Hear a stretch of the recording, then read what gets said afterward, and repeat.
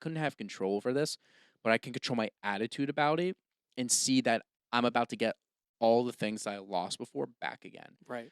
And I asked him, because this is now 4 or 5 days after the surgery. I go, "Hey, Andrew, my friends are having a housewarming party in Hoboken this Saturday.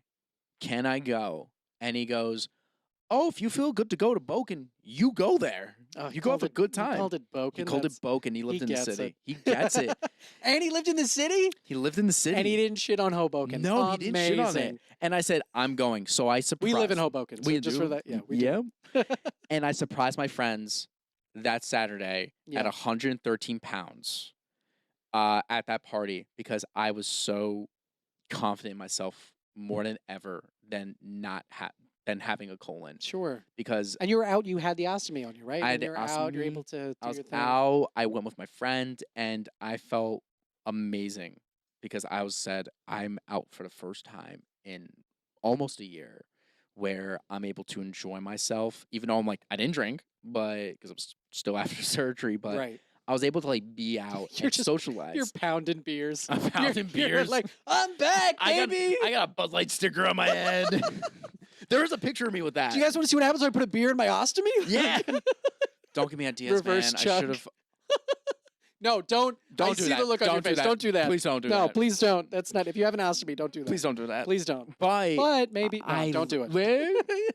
But I literally lived life to the fullest, like for the first time. Yeah, so long. in what, like a year, I think. Yeah. Right? Yeah. Yeah. And I was just so happy. I started to eat food. Like I had a cream cheese bagel.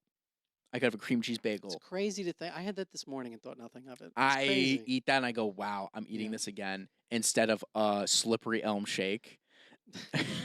And then I'm having like, I had pizza, like Oh my plain God. pizza. Yeah. And then I could eat, but I majority eat healthy. So I was disciplined from the holistic program. I learned how to be disciplined in my diet. That's good to, because I know we're going to talk a little bit about your diet now. Mhm. And that one of the things I said to you is you were very disciplined. Yeah. Which I think makes sense that you got it from there. So you're at this party. And of course, once again, you think to yourself, what else could go wrong? Yeah. And I started to live life again. It was amazing. And I was so happy. And I text Andrew. I'd be like, Yeah. hey, like the ostomy's great. And he's like, I knew you were gonna master it. I knew you were gonna do well with it. And I was really feeling on top of the world to get my life back.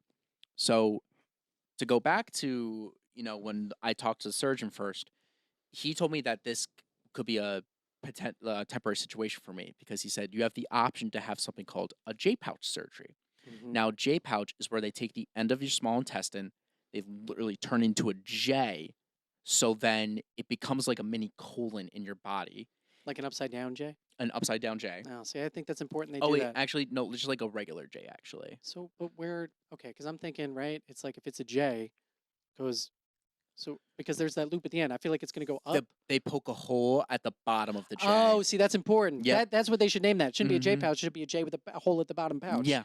Because of that hole in the bottom, it's just going to go right back into your body. Yeah, so then they should like turn the J upside. They should J so, with a hole, J with a hole in the bottom. so there's something called an S pouch too.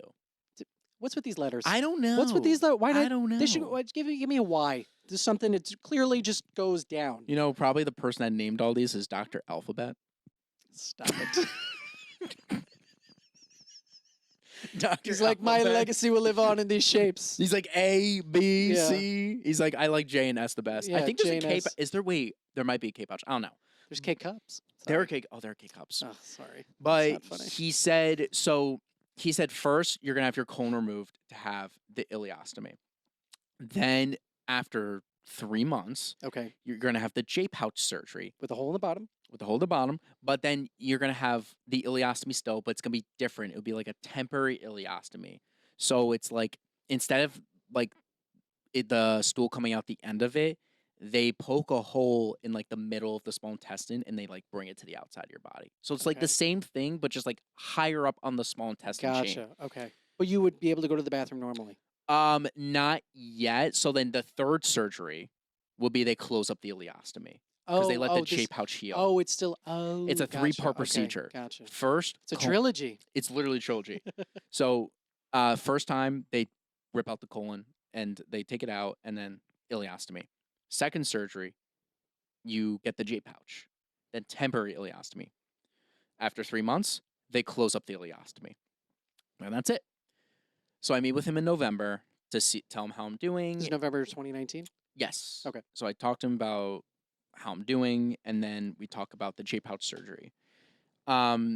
Then he tells me the bag is going to be a little bit different, and the ileostomy bag. And I go, okay, can Andrew teach me how to use the bag? No one says anything. And then they bring in the head ostomy nurse of the department. And the surgeon leaves and said, we'll see you December 16th. And so my mom's talking to the nurse because she's like, I'm nervous about the surgery, but she's like, he's in great hands. Like, he's in great hands with a great surgeon. And I said to her, can Andrew teach me how to use the bag? And then she put her hands on my knees and said, I am so sorry. I have to be the one to tell you this, but Andrew passed away. I just got not chills. I went into this like fight or flight like state where I just zoned out for a solid 5 minutes, like just, and I just couldn't process Yeah, he was young that too, happened. right? He was 27. Yeah. He was 4 years older than us. And she said he had his own medical complications. He passed away on October 19th. And I think about it now because I know this story, but I didn't know he had his own medical complications. So I bet he was the kind of person to use his troubles to kind of help others Yeah. through that. Yeah, I think because that's what like people in healthcare like Yeah. really drive off of that. Right. Like I know very successful, a very successful surgeon Yeah. that really does that too. But And again, someone you only met maybe a handful of times, but just the changed impact, your life. Yeah. he changed my life. And he was married, right? I think. He was married with a kid on the Yeah. way. His first kid was on the way.